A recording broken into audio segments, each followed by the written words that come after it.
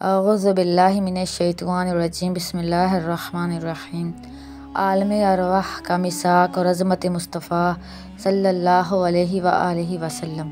آج میں نے جس موضوع کا انتخاب کیا ہے وہ عالم ارواح کا میثاق ہے۔ میثاق سے مراد وہ عہد، پختہ وعدہ اور حلف ہے جو اللہ تبارک و تعالیٰ نے اپنی مخلوق میں سے کبھی تمام افراد کی ارواح سے اور کبھی صرف انبیاء کرام اور رسول اعظام کی ارواح سے لیا۔ عالم ارواح میں 3 میثاق ہوئے تھے۔ ان میں سے ایک میثاق وہ ہے جس کا ذکر سورہ الاعراف کی آیت نمبر 172 172 میں یوں کیا گیا ہے، اور یاد کیجئے جب آپ کے رب نے اولاد آدم کی پشتوں سے ان کی نسل نکالی اور ان کو انہی کی جانوں پر گواہ بنایا اور فرمایا کیا میں تمہارا رب نہیں ہوں؟ وہ سب بول اٹھے کیوں نہیں؟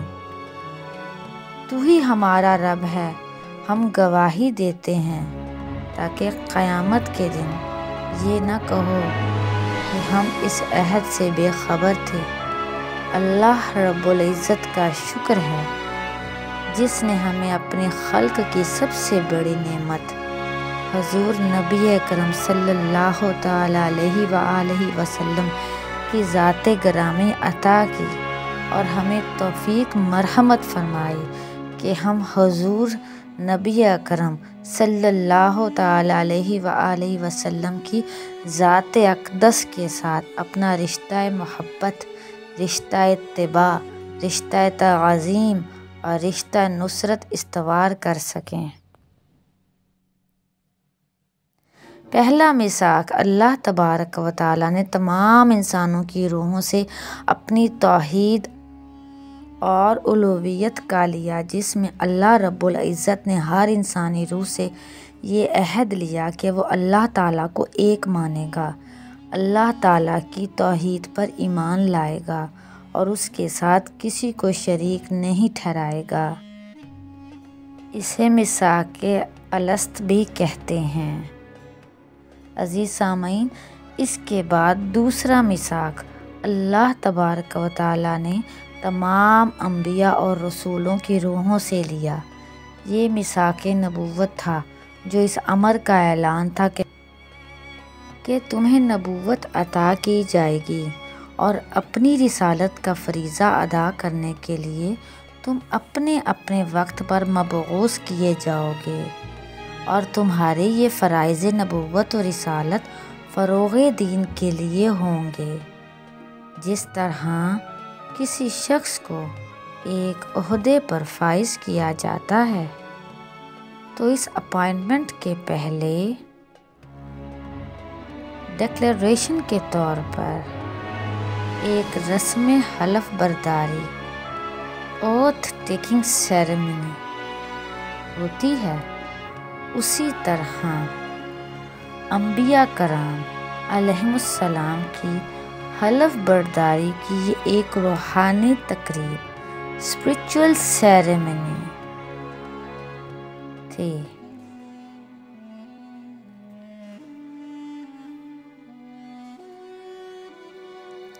عزیز سامعین، تیسرا میثاق بھی صرف انبیاء اور رسول اعظام علیہم السلام سے تھا، اور وہ میثاق ان سے نبوت و رسالت محمدی صلی اللہ علیہ وآلہ وسلم پر ایمان لانے کا تھا۔ ہر نبی اور ہر رسول سے یہ وعدہ لیا گیا کہ وہ پیغمبر آخر الزماں سیدنا محمد مصطفیٰ صلی اللہ علیہ وآلہ وسلم کی نبوت و رسالت پر ایمان لائیں گے اور ان کے پیغمبرانہ مشن کی مدد کریں گے۔ حضرت عبداللہ بن عباس رضی اللہ تعالیٰ عنہ سے مروی ہے، اور امام احمد بن حنبل رحمۃ اللہ علیہ نے بھی اپنی مسند میں روایت کیا ہے کہ حضور علیہ الصلاۃ والسلام نے فرمایا کہ یہ میثاق مقام عرفات میں لیا گیا۔ اس وقت سیدنا آدم علیہ السلام کی پشت مبارک سے تمام انسانوں کی جو قیامت تک ان کی نسل سے اس دنیا میں پیدا ہونے والے تھے، روحوں کی شکل میں ان کے سامنے متشکل کیا گیا۔ ارشاد نبوی صلی اللہ علیہ وآلہ وسلم ہے،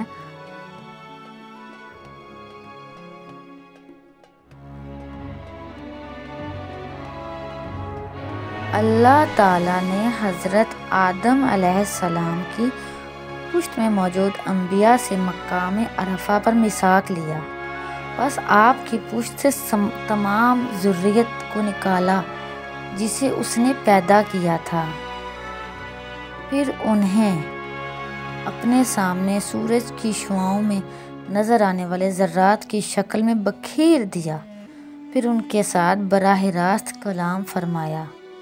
سیدنا آدم علیہ السلام کی پشت سے ان تمام انسانوں کی روحوں کو نکالا گیا جو قیامت تک دنیا میں پیدا ہونے والے تھے، اور انہیں روحوں کی شکل دے کر سیدنا آدم علیہ السلام کے سامنے لایا گیا۔ پھر اللہ تبارک و تعالیٰ نے سیدنا آدم علیہ السلام کے سامنے ان سب انسانی روحوں سے خطاب کیا اور فرمایا، الستُ بربکم، کیا میں تمہارا رب نہیں ہوں؟ سب نے سر تسلیم خم کیا اور جواب دیا، بلا، ہاں باری تعالیٰ تو ہی ہمارا رب ہے۔ جب سب نے اللہ تبارک و تعالیٰ کی الوہیت، وحدانیت اور ربوبیت کا اقرار کر لیا تو آگے قرآن فرماتا ہے سورہ الاعراف میں، ترجمہ ہے، ہم گواہی دیتے ہیں تاکہ قیامت کے دن یہ نہ کہو کہ ہم اس عہد سے بے خبر تھے۔ یہ عہد صرف انبیاء اور رسولوں سے نہیں تھا، بلکہ پوری نسل بنی آدم اور تمام کائنات انسانی کے جملہ افراد سے تھا۔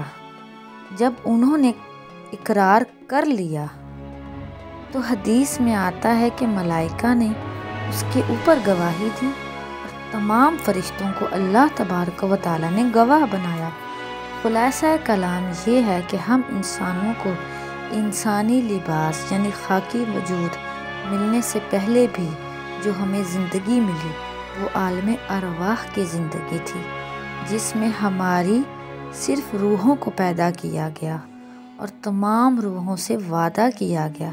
اس کے بعد پھر تمام روحوں کو سلا دیا گیا جیسے موت کی نیند ہوتی ہے، اور پھر روحوں کو خاکی وجود دے کر یہ موجودہ زندگی عطا فرمائی اور ہمارا امتحان لینے کے لیے اس دنیا میں بھیج دیا گیا۔ عالم ارواح کی زندگی میں جو روحیں آپس میں ملاقات کر چکی تھیں، تو جب وہ روحیں اس دنیا میں دوبارہ ملتی ہیں تو انہیں آپس میں محبت کی کشش محسوس ہوتی ہے، جبکہ وہ اس دنیاوی زندگی میں پہلی بار ملاقات کر رہی ہوتی ہیں، اور ہمیں ایسے محسوس ہوتا ہے کہ ہم بہت عرصے سے جانتے ہیں۔ یہ اس وجہ سے ہے کہ ہم عالم ارواح میں ملاقات کر چکے ہوتے ہیں۔ ہمیں کبھی کبھی محسوس ہوتا ہے کہ ہم نے یہ منظر پہلے بھی کہیں دیکھا ہے، جبکہ ہم زندگی میں پہلی بار اس منظر کو دیکھ رہے ہوتے ہیں، مگر ہمیں ایسے کیوں لگتا ہے کہ ہم نے پہلے کہیں دیکھا ہے؟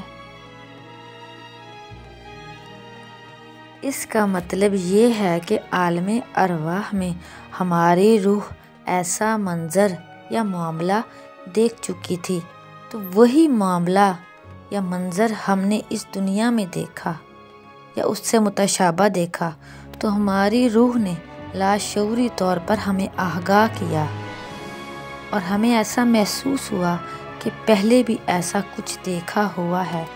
اس کے علاوہ ہماری روح کچھ مناظر نیند کی حالت میں پرواز کر کے بھی دیکھتی ہے، اور جب ہم بیدار ہوتے ہیں تو وہی منظر کچھ عرصے بعد جب سامنے آتا ہے تو ہمیں ایسا محسوس ہوتا ہے کہ ہم نے یہ پہلے دیکھا ہوا ہے۔ یاد رکھیں کہ اللہ تعالیٰ نے روح کو بہت طاقت دی ہے اور نیک اعمال ذکر اذکار سے ہماری روح کو تقویت ملتی ہے اور روح بلندیوں پر پرواز کرتی ہے۔ عزیز سامعین، میدان حشر میں حساب کتاب کے بعد جب دوزخی دوزخ میں بھیج دیے جائیں گے اور عذاب کا مزہ چکھیں گے تو وہ اللہ تبارک و تعالیٰ کی بارگاہ میں عرض کریں گے، جس کا ذکر سورہ مومن کی آیت نمبر 11 میں بھی آیا ہے۔ وہ کہیں گے، اے ہمارے رب، تو نے ہمیں 2 بار موت دی اور تو نے ہمیں 2 بار ہی زندگی بخشی، سو اب ہم اپنے گناہوں کا اعتراف کرتے ہیں، بس کیا عذاب سے بچ نکلنے کی طرف کوئی رستہ ہے؟ 2 بار موت سے کیا مراد ہے؟ یعنی پہلی موت جو عالم ارواح کی زندگی تھی، اس کے بعد روحوں کو سلا دیا گیا، اس عمل کو بھی موت کہا گیا، یا یہ عمل موت سے متشابہ ہے۔ پھر روح کو بشری لباس ملا تو پھر روح اور جسم کو علیحدہ کرنے کا عمل موت کہلایا۔ حساب کتاب کے بعد جنتی جنت میں اور دوزخی دوزخ میں رہیں گے اور پھر کبھی موت نہیں آئے گی، ہمیشہ ہمیشہ کی زندگی مقدر ہوگی۔ کافر ہمیشہ جہنم میں اور مومنین ہمیشہ جنت میں رہیں گے۔ اے میرے مسلمانوں، توبہ کرو اور نیک اعمال کرو، کیونکہ یہ زندگی ہمارا آخری امتحان گاہ ہے۔ انا للہ و انا الیہ راجعون، بے شک ہم اللہ تعالیٰ کے ہیں اور اسی کی طرف لوٹ کر جانا ہے۔